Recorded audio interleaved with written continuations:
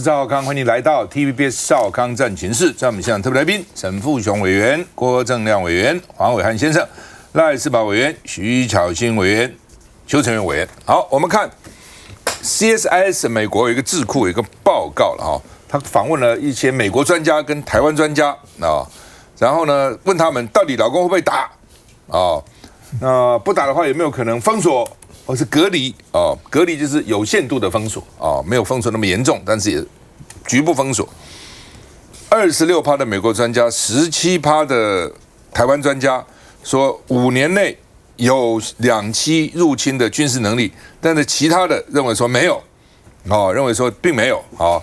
那所以换句话说，认为有的其实并不多了啊，有的比例并不多啊。但是呢，90%的美国专家，60%的台湾专家认为说有能力隔离哦，甚至呢有能力这个来包围啊、封锁啊。那另外呢，有这87个专家，有超过一半认为今年可能会重演1996年的台海危机啊。那么军演呢，就是大规模的军演啊。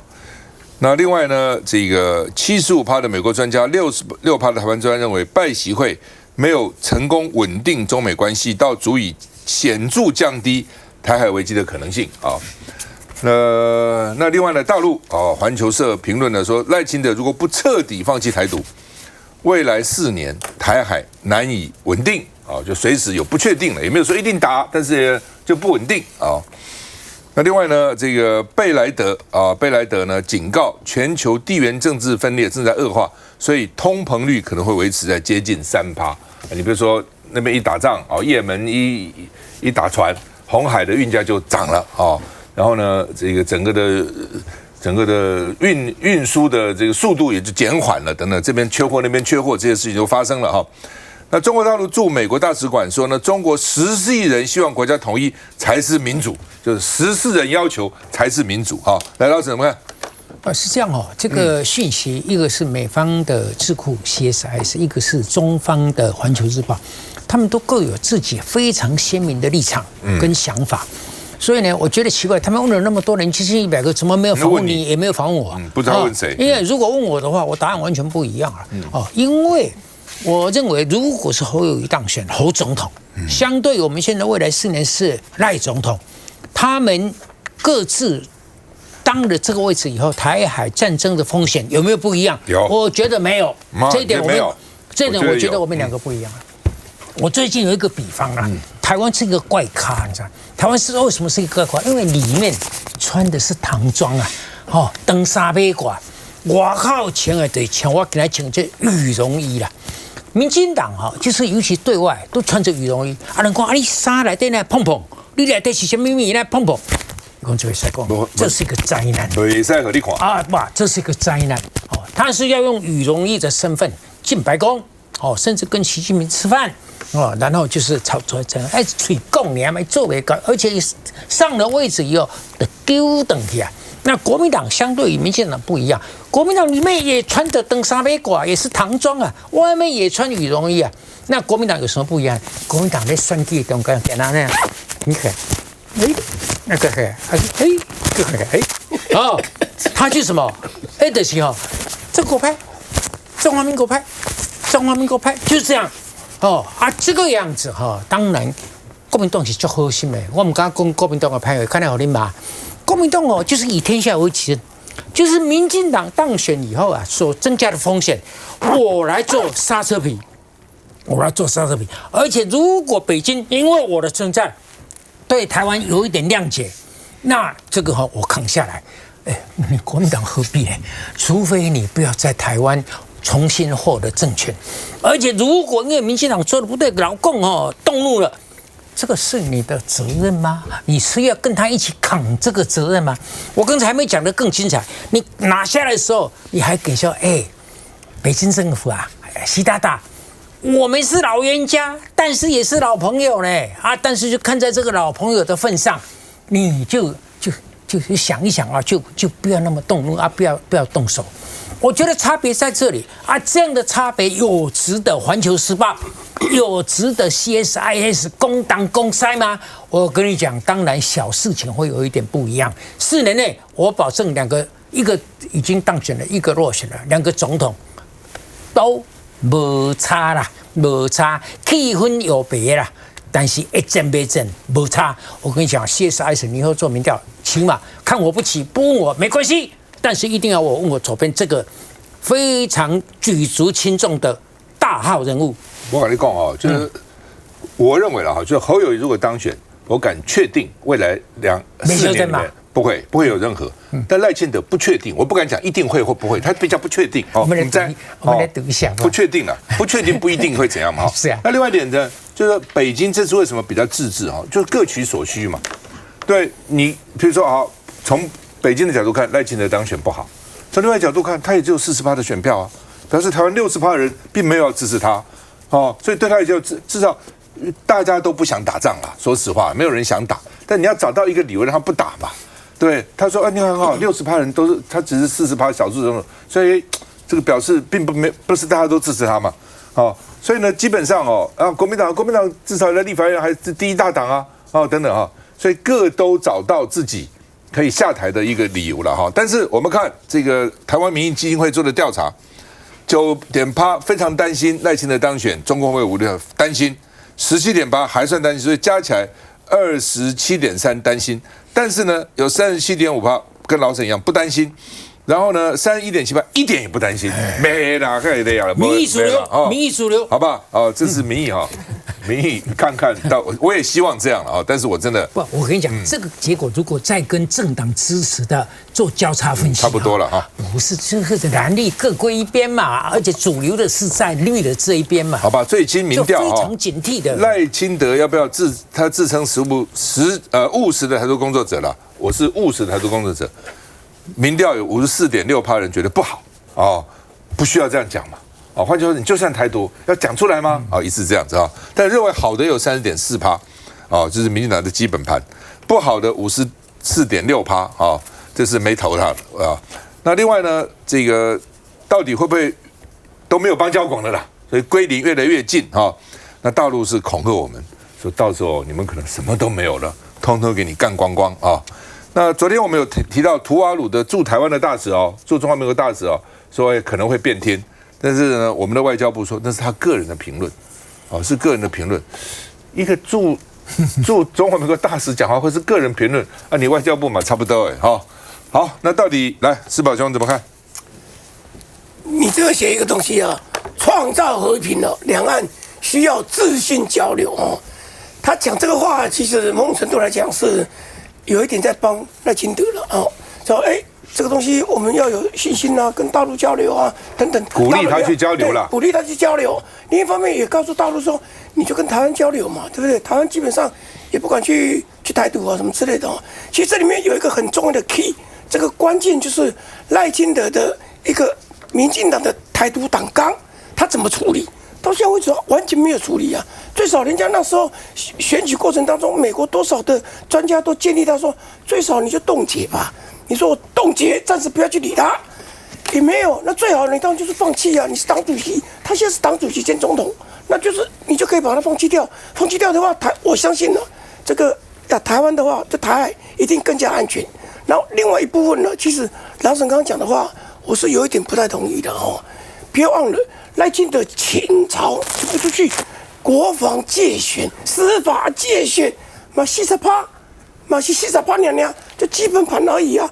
啊，你讲哦，这主流民意，民进党怎么是主流民意呢？主流民意是在民进党对立面呢。别忘了，主流民意就是希望政党入地，只不过是因为柯文哲为了如来如狗，把派票整个挖走了，这是主流民意，清楚的看得到，就是其实台湾的 majority 多数人基本上不支持民进党的执政嘛，60%没有投你票啊！你可以想一下，多少的这个行政资源真的是这个事后已经有人在算这个东西了。说当初他把 satellite 这个卫星啊，把它讲成是 missile， 说飞弹的时候啊，让火的密调掉了，哦4%，掉了4%，立刻掉4%，4%是偌济60万票呢？侯友宜才输，赖清德输几个，对不对？输多少？输100万票吧，对不对？他马上这个60万票，所以这个影响很大。91万了。就国防部借选，司法部分，法务部有没有借选？当然借选，让里长不能动。在这样情况之下，他就拿40%了。各位可以想一下，所以主流民意绝对不是民进党。因为当时大家都在做民调了，国民党也做了，哦，那侯办也在做了，我这边也在做了。那国民党做的民调，他大概有1/3的手机，他做1500点，1000点的市话，500点的手机。本来侯友宜跟赖清德还麻花在那边选前3-4天哦，有的时候赢一点，有点输一点。到了飞弹，突然说是飞弹射了以后，中南部特别影响特别大，国民党立刻掉4%，所以你不要看影响不大。虽然我们认为说好像是国防部乱讲，应该国防部应该民进党不好，不是，当然还担心说会倒，立刻国民党掉4%，然后马英九再讲说要相信习近平，再掉2%半，掉了6%半，就在那3天里面掉了6%半。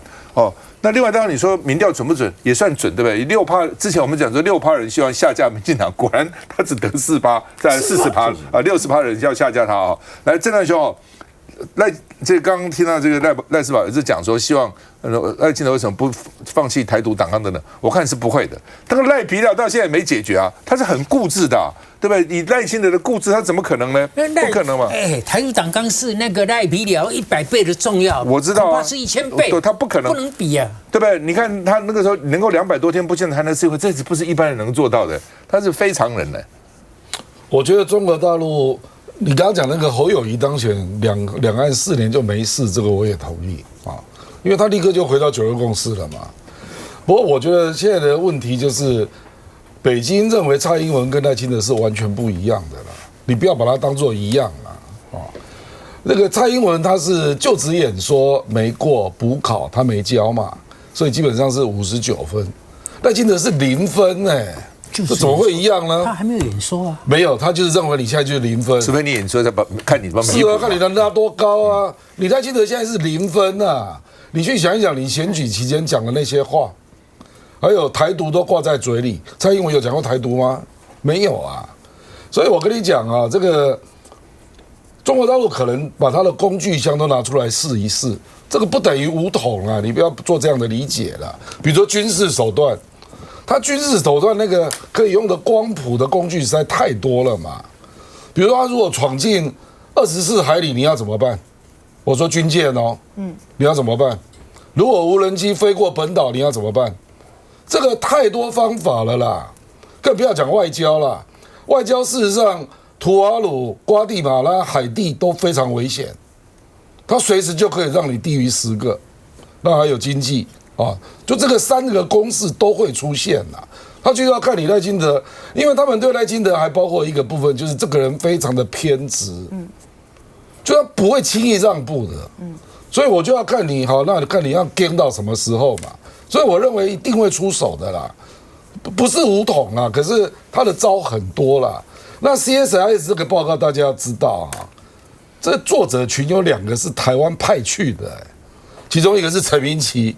国安委员，另外一个是沈明世，是我们的军官做出来的评估还是这样这2个人肯定都站在台湾这边讲话的所以你就可以了解美国那边是怎么在思考这个问题他们大概基本上是认为说，老共几年内没有登陆台湾的这个本事，因为2栖登陆作战能力不够，但是封锁隔离，台湾人是有能力的。他这个评估也是有问题的啦。我也认为，你可以去问别的军事专家啦。对了，沈明世跟陈明奇能够代表军事专家吗？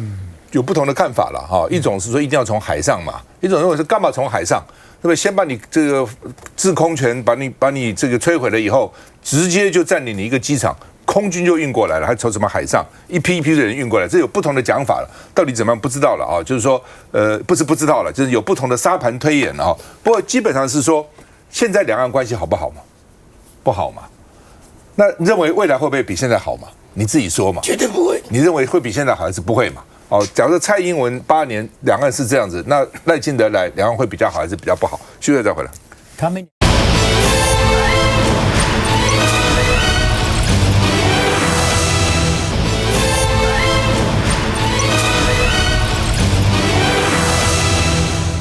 这个监察院这个说呢，老共飞机到了东引我们的这个国防部居然军方没有警戒，说不行，被纠正被纠正了啊。那国防部说呢，好，会改善会改善那为什么到东引呢？说东引里面有很多侦察的设施所以呢，老共故意的看看你到底警觉性够不够那说是蓄意探底，所以呢，军方处置比较慢那另外呢，这个因为东引的飞弹密布就是老共呢，到时候过来的时候先把你打下来因为我刚才讲过了，他要抢制空权嘛，你打他，他打你，你打他那这个老共是用运12去闯我们东引的防区国防部说虚心检讨，好吧，你说我这个太慢，我下次就快一点吧东引在哪里大家看，台湾在这里，道路在这里，金门你看离厦门多近所以到金门去晚上可以看到厦门的灯火辉煌以前是厦门看金门，觉得金门这边比较热闹，现在是金门看厦门，觉得厦门比较热闹，很多金门人都跑到厦门去买房子然后呢收房租然后马祖呢，你看金门这马祖在这里马祖列岛的这个马祖好几个岛，东引北竿南竿非常的近什么东莒西莒非常的近，离马尾其实很近的那东引在这个地方所以呢，这个老共的飞机很近嘛，就过来看看你到底怎样，看你怎么样所以呢，这个他是说蓄意来探底的蓄意来探底，因为真的很近那而且呢有很多的飞弹，我们看一下。2年前春节期间，民众直击共机运12飞越我东引岛，国军联合勤监侦能力被直击，但当时国防部是这么说的：空军在这方面各项征收还有应署的作为都有这个重层的涵盖，还有多重的手段。而且当时国防部长邱国正也回应，部队有追瞄，也有向上呈报，就算共机关掉辨识码也都能掌握。但监察院提出纠正，打脸国防部，指出这架共机后续关闭电码、低空慢飞及受杂波影响，指管单位没能启动后续目标建立和辨识程序。飞抵东引某营区上空时，才被卫哨目视，暂请回报。国防部则回应尊重并虚心检讨。东引岛被视为国之北疆，距离对岸才50多公里，而且岛上飞弹密布，有天弓飞弹等多样特种飞弹部署，覆盖面积广，具防空能量。共机采民用涂装探底，时间虽短，也被质疑是否在挑衅，并测试我方反应。怕的是国军反应却慢半拍。就怕空防有破口，共军按频传，军纪是否也有漏洞，同样受到瞩目。前绿委陈唐山指都集中在现役与退役军人，呼吁国军做好内部管控，行政与立法部门也要慎重思考，要适度恢复军法审判。但2013年洪仲丘案，当时不也是绿营鼓吹废了军法吗？军纪补漏洞是否回归军审旧法，成了国安难题。郝龙斌告诉我说，郝柏村一生引以为最大的痛苦、最大的愤怒，就是把军法给废了。军法一废，几十年的建军努力通通没有了好，我们看到中共运12在东引那东引有什么呢？有风眼雷达，所以可以强化外岛低空的侦察。什么叫风眼雷达？可以侦测60公里，同时呢侦测64个目标。像蜜蜂复眼嘛，很多眼那同时呢，可以指挥9组以上的防空火力军然后呢进行接触。来，这个巧芯要进国防委员会来，努力还没。但我想其实这次的这个我刚刚讲的监察院纠正的是，它是在2022年春节的时候嘛。但我们看这近几年来的蔡政府，已经是我随便数了超过第3次要隐瞒国人关于中共他们的一些动态了。像这一次，他们本来根据监察院报告里面其实有提到，本来就不说就是不说的。第一时间他们可能搞不清楚状况，但第二时间他们已经知道运12在东引了，但呢，他们就决定说要隐瞒。然后结果为什么公布了？因为有民众拍到了，然后把它上传到网络上面，他们才决定要告诉大家。这是第一次嘛。第二次什么呢？先前有这个无人机飞过来的时候，到底无人机有没有飞过来？有没有要打第一击？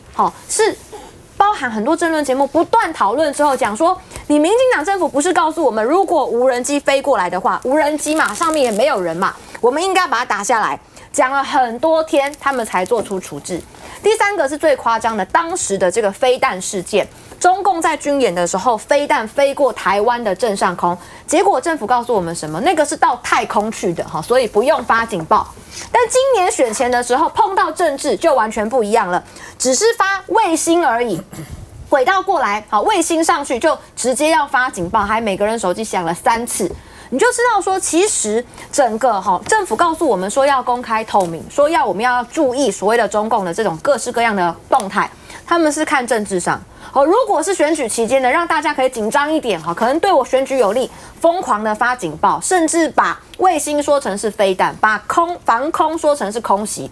可是平常时间，这些所谓的中共的军事演习也好，或是对台湾的各种测试，可能对我不利。在国会里面会被立法委员质询，赶快装作没事。所以这种双重标准，在国防专业上面来说的话，我觉得是非常夸张的。这完全是看政治上面的判断，才决定要不要告知民众。这对民众希望有知的权利来讲呢，我觉得它是没有一个衡平的标准，是不好的。那郑宇雄，对。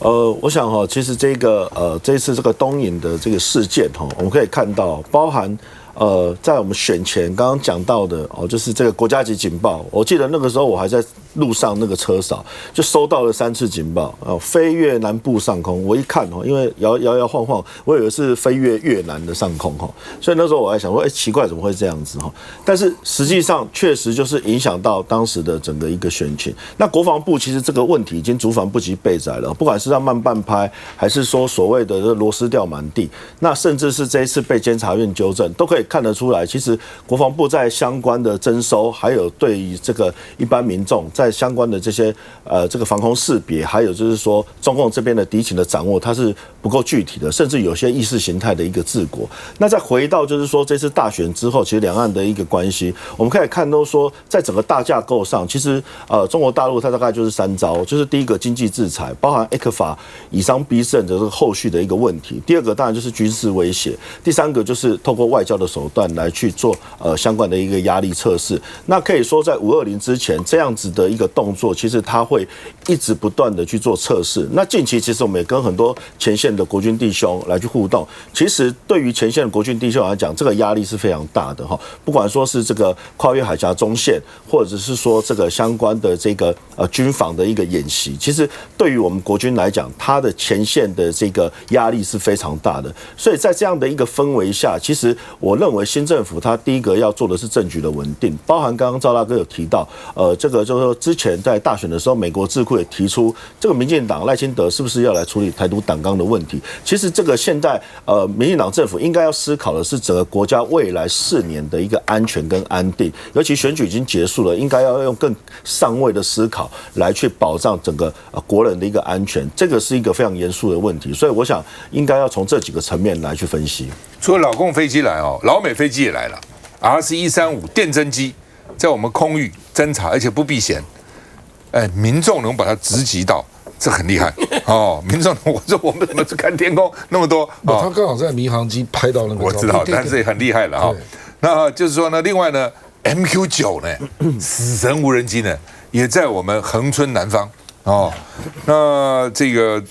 昨天是 RC-135侦察机，昨天下午进入然后被这个一个民航机的机师在钓鱼台附近然后呢把它拍下来。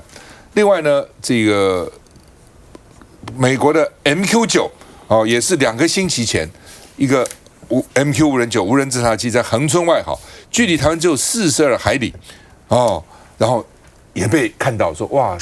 怎么 MQ9 都来了？我们本来要买4架6亿美金还没来了，4架6亿美金很贵的这个飞机也来了。来，伟汉，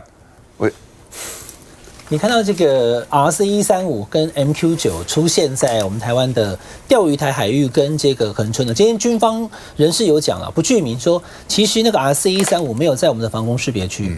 它是在钓鱼台的周边，但是被拍到了。好，那很近我先简单跟观众朋友报告 ，RC-135是现在目前算是最先进的电侦机，它的侦搜范围有800公里。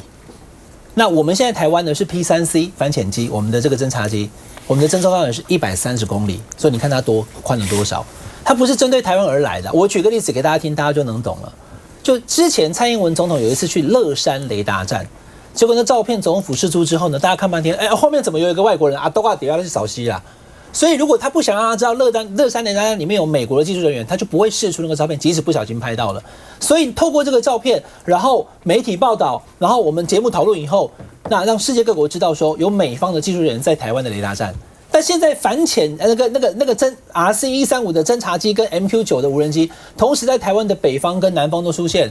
其实在我看来啦，就是美方要故意让大家知道，就是美国有在台湾这附近做这个事情，而他征收对象当然不是台湾，因为我们台湾什么资料他都能拿，乐山雷达站资料他都能拿走嘛哈。那因为这个刚刚那个康哥给大家看那个照片哈。我的了解是一个机长拍的，因为机长在飞行的时候，他可能自动飞行的时候，旁边是什么？他把它拍起来，然后这就出来，对不对？那你想想看，我刚刚讲了，这个 RC-135它的征收范围是800公里，它要避开民航机的航线不被拍，其实并不困难。可是他要故意让你看到说他有在这边，那他要在钓鱼台的海域。所以他针对的不是我们，他针对的其实是大陆。飞机跟我们机长说：“我在这里拍一下这样。”我不知道那机长为什么会去拍啦？因为飞行中间还拿来拍，那大家就会把它讨论嘛。所以他得到的那个意向应该是告诉，其实我觉得中国大陆之前曾经有过这个 RC-135在那个南海的海域出现，中国大陆就抗议了，因为他会把整个演习过程中，对它包含它电视不只是看而已，它会把那个军事设备在操作时候的那个参数给解走。所以通常如果有这个电侦机出现的时候呢，不会做高科技的这个这战术的演练。我补充一下，那我建议美方的 MQ 多来一下，我们就不用买了。把钱省下来，6亿美金呢，对不对？这有什么不好？对，就多来一下。那回到这个东引的事件，你晓得这是2年前的旧案哦。那个时候是东引的这种类似的事件是属于灰色地带的灰色案件，因为是第一次，国防部不够警觉，这个是就这一点来讲是可以稍微就是说就可以放宽一下。但是我的问题是这样，这个也讲给巧芯做参考，因为他马上要变成国防委员会的委员了。为什么2年来国防部没有做进一步的解释或进一步的修正？有的话，为什么没有向国会解释？还有这2年来，我们的国防委员会在干什么？为什么要等到一个监察院是一个民进党念兹在兹要废掉的机构，等了2年才纠正它？这证明什么？证明就是监察院做了一件白做工的不必做的事情，还是监察院有用，留着不能废。我都搞不懂啊！因为这是旧案的，大家要提醒大家，这是2年前的旧案，2年后纠正，什么意思嘛？休息一下再回来。